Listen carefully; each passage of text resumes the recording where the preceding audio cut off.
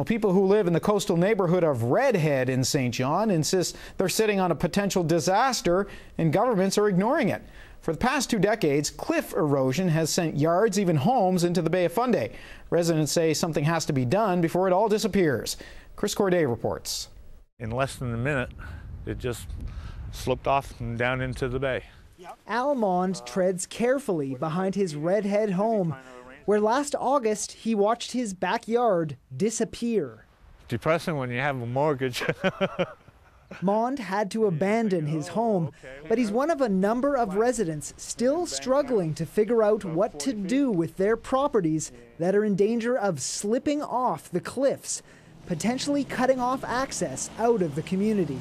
Do you have to have a catastrophe happen before they're going to do anything about it? This is a small community, and we have a major crisis happening here.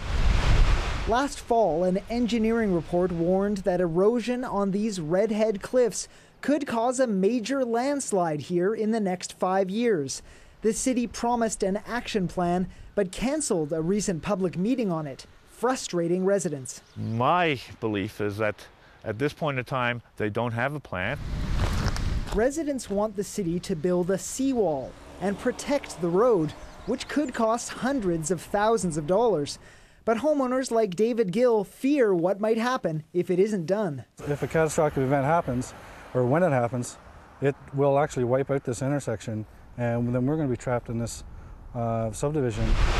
Residents say no level of government has come forward to help with this decades-old issue. This is Ed. Paul, thank you very much. But today, residents met for the first time with St. John's MP, who says it's time to act. There is a huge infrastructure, a public sewer that's running right through the road that I believe needs to be urgently addressed by the City of St. John.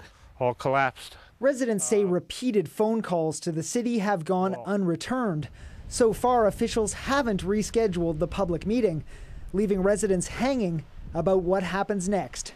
Chris Corday, CBC News, St. John.